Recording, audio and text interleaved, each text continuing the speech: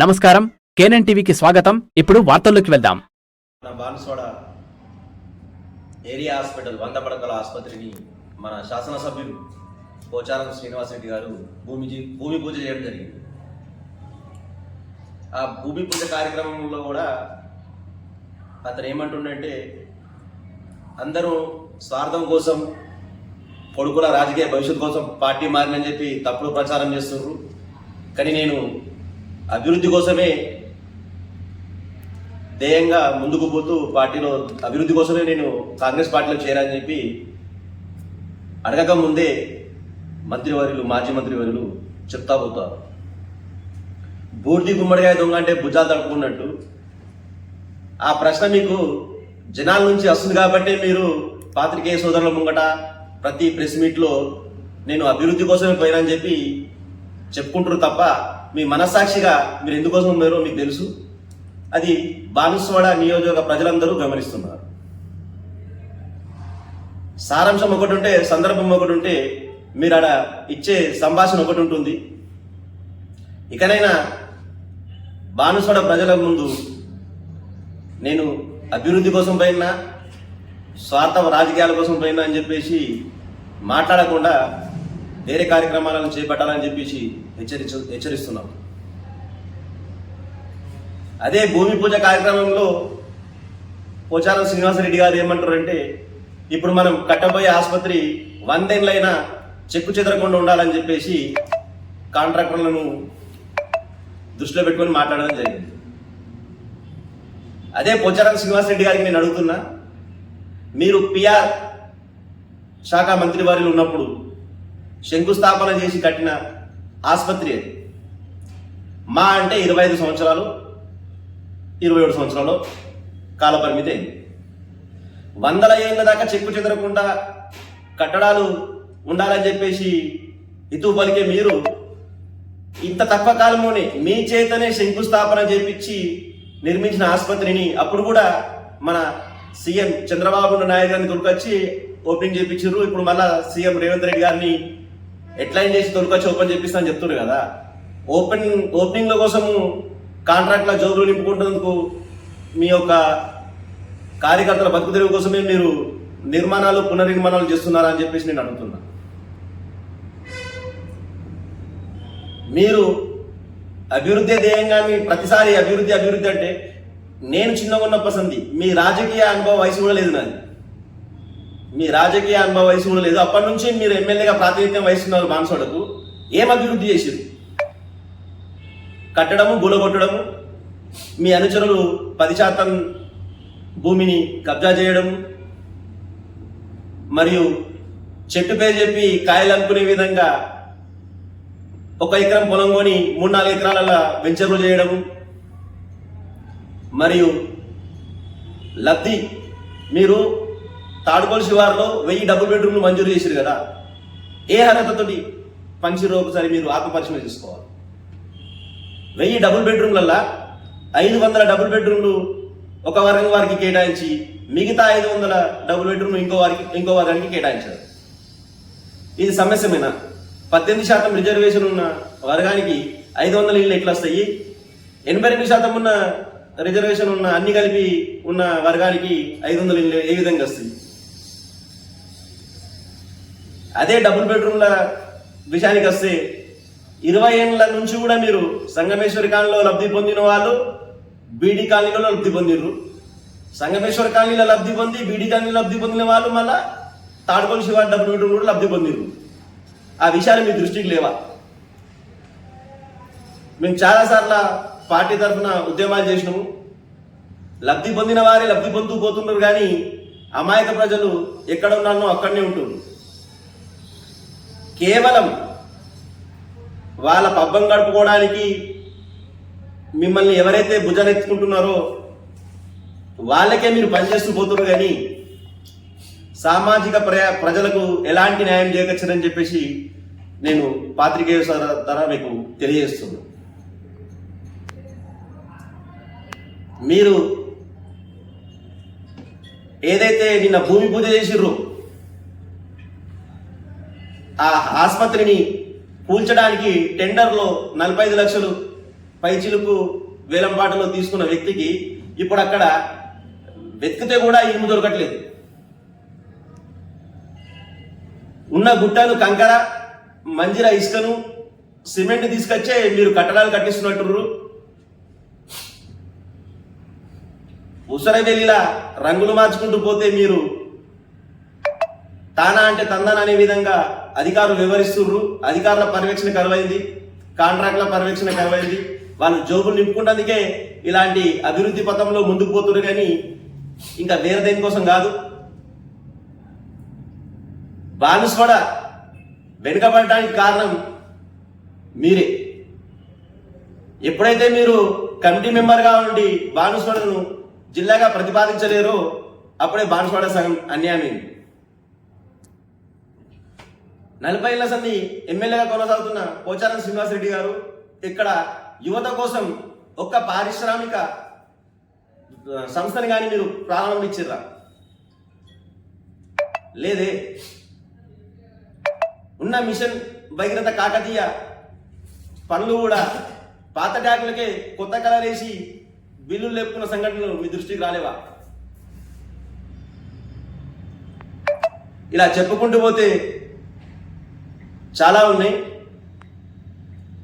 ఇక్కడ నుంచైనా అభివృద్ధి ప్రదాయంగా మీరు ముందుకు పోవాలనుకుంటే సమీక్ష నిర్వహించి సమన్వయం చేసే విధంగా ముందుకు పోవాలని చెప్పి హెచ్చరిస్తూ, ఇలాంటి పార్టీలు మారే నాయకులను ఖచ్చితంగా ప్రజలు బుద్ధి చెప్తారని చెప్పేసి నేను పాత్రికేయుల ద్వారా మీకు తెలియజేస్తున్నా. మీరు నిన్న ఏదైతే భూమి పూజ చేసిర్రో అక్కడ చెట్లకు సంబంధం లేకున్నా కానీ టెండర్ వేయకుండానే చెట్లు నరికేస్తున్నామని చెప్పేసి ఫారెస్ట్ ఆఫీస్లో అమౌంట్ పే చేయడం, చెట్లు నరికేయడము, అక్కడికి ప్రతిపక్ష నాయకులు పోయి వాదిస్తే అది నిలిపివేసి అమౌంట్ కట్టిన 3వ రోజుకు పేపర్లో చెట్ల టెండర్ వేసింది. ఇలాంటి అక్కడ జరుగుతున్న సంఘటనలు ఇవి కూడా మీ దృష్టికి రాకొచ్చినాయా? మీరు భూమి పూజ చేసింది కదా, మరి అక్కడ నరికేసిన చెట్లను సోషల్ మీడియా ద్వారా కానీ పేపర్ ద్వారా కానీ మీరు చదవలేరా? అభివృద్ధి కనబడుతుందా? ఇక్కడ జరిగిన అన్యాయాలు అక్రమాలు మీకు పేపర్ ద్వారా కానీ సోషల్ మీడియా ద్వారా కానీ కనబడకొచ్చినాయా? మీరు వీటిని ఎందుకు ఖండించకచ్చిర్రు? అంటే మీ అండదండలు వాళ్ళకు ఉన్నాయని చెప్పేసి మీరు వాళ్ళను దండించకచ్చిర్రా? సమాధానం చెప్పుకోవాల్సిన అవసరం ఎంతైనా ఉందని చెప్పేసి నేను పోచారం శ్రీనివాసరెడ్డి గారికి తెలియపరుస్తున్నాను. గతంలో టీడీపీ హయాంలో, తర్వాత టీఆర్ఎస్ హయాంలో ఎన్నో మంత్రి పదవులు చేసి, ఎన్నో ఉన్నతమైన పదవులు చేసి, తిరుపతి వెంకన్న సాక్షిగా ఆ సీఎంకు కొనియాడి, అంతకుముందు ఎన్టీ రామారావు సాక్షిగా చంద్రబాబు నాయుడు కొనియాడి, ఇప్పుడు రేవంత్ రెడ్డి కొనియాడడం, ఆవు చేను మేస్తే దూడ కంచెను మేసునా అన్నట్టు మీరు ఉన్నతమైన పదవిలో ఉన్న సీఎంలను పొగుడుతూ, మీ కిందున్న శిష్యులు మిమ్మల్ని పొగుడుతూ పబ్బం గడుపుకునే వ్యవస్థను ఇకనైనా మానుకోవాలని, శాసనసభ నడిచినా కానీ శాసనసభ హాజరు కాకుండా ప్రజల మధ్యలో ఉండి సమస్యలు తెలుసుకున్న విధంగా ఉత్సవాలకు, ఆర్భాటాలకు పాల్గొనే ముఖ్యమంత్రి మన శాసనసభ్యులు గారు సమస్యల మీద దృష్టి సారించండి. బాన్స్వాడ అక్రమ రిజిస్ట్రేషన్ల మీద ఇప్పటి వరకు 3-4 సబ్ రిజిస్టర్లు మారినా, వాళ్ళు సస్పెండ్ అయినా, ఇంకా అక్కడ ఎలాంటి అసాంఘిక కార్యక్రమాలు ఆగడం లేదు.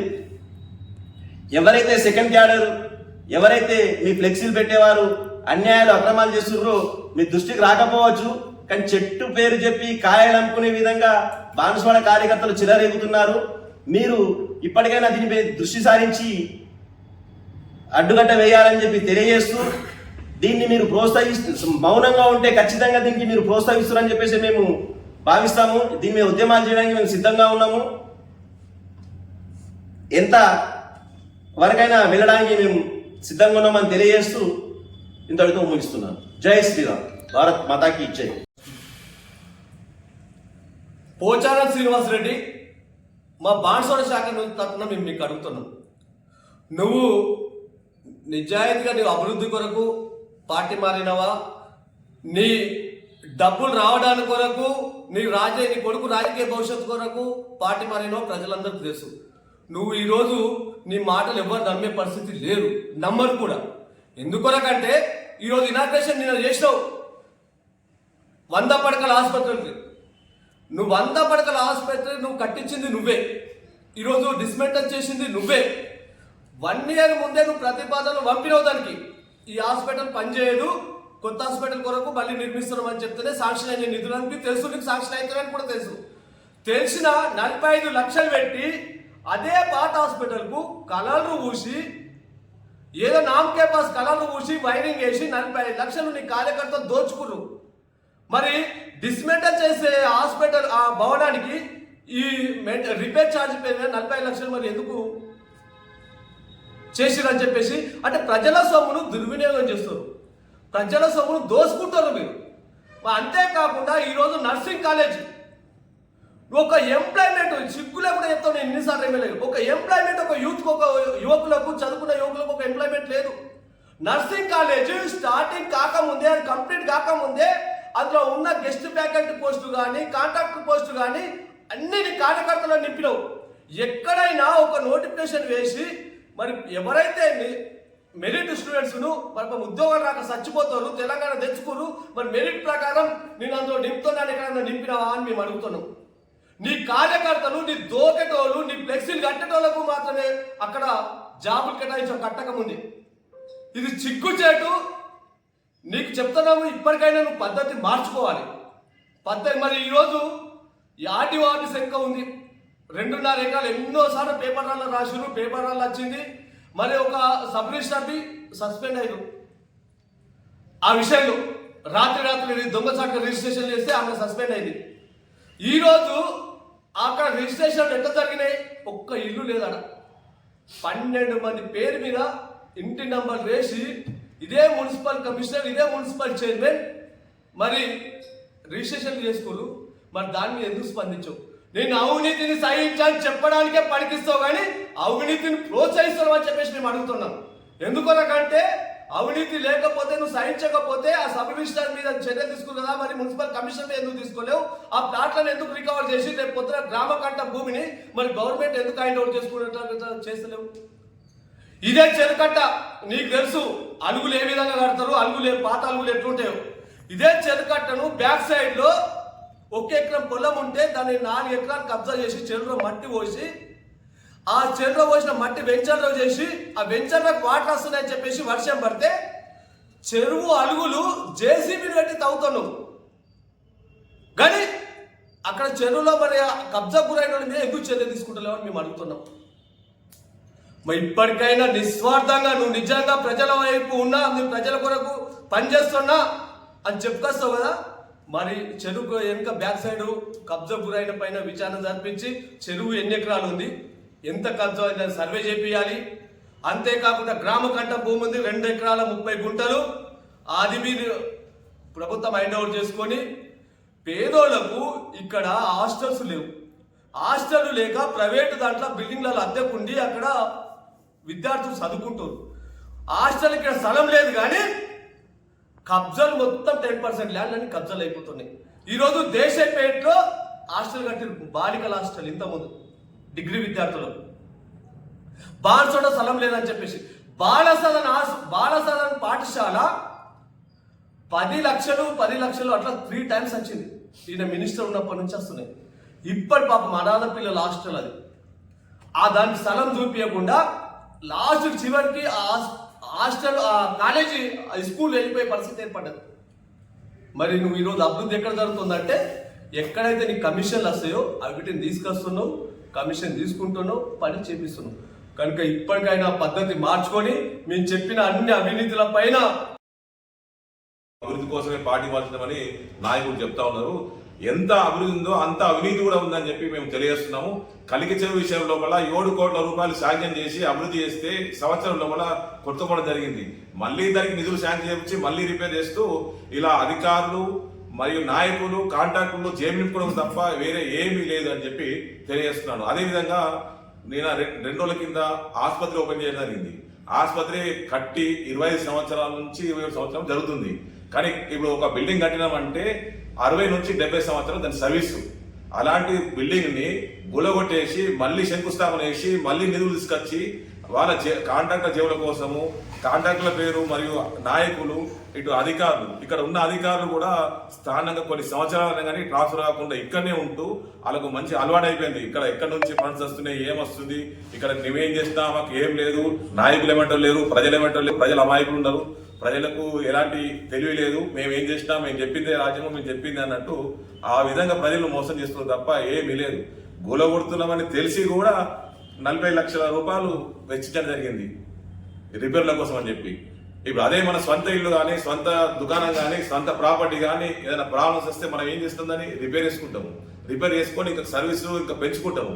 కానీ ఇది ప్రభుత్వం కాబట్టి ఏ రకంగా అయితే జేబులు నిండుతాయో ఆ రకంగా అని చెప్పి గూలగొట్టాలా కట్టాలా. ఇది కాకుండా ఇంకా కొన్ని గూలగొట్టకుండానే కట్టినట్టు డబ్బులు లేపిన దాఖలు కూడా ఉన్నాయి. దానికి కూడా ఆధారాలు తీస్తున్నాము. రోడ్ వేయకుండా రోడ్ వేసినట్టు ఏదైనా పని చేయకుండా కానీ చేసినట్టు కూడా నిధులు స్వాహా చేసిండ్రు. దాని వెనుక అధికారులు ఉన్నారు, నాయకులు ఉన్నారు, అందరు ఉన్నారు. అదే మళ్ళీ ఇంకోటి ఇప్పుడు గ్రంథాలయం, దేవాలయం లాంటి గ్రంథాలయం ఎంతో మంది నిరుద్యోగులకు అడ్డా అది. అలాంటి గ్రంథాలయము గూలగొట్టి సంవత్సరం అవుతుంది. దానికి 40 లక్షల రూపాయలు శాంక్షన్ అయినాయి. మళ్ళీ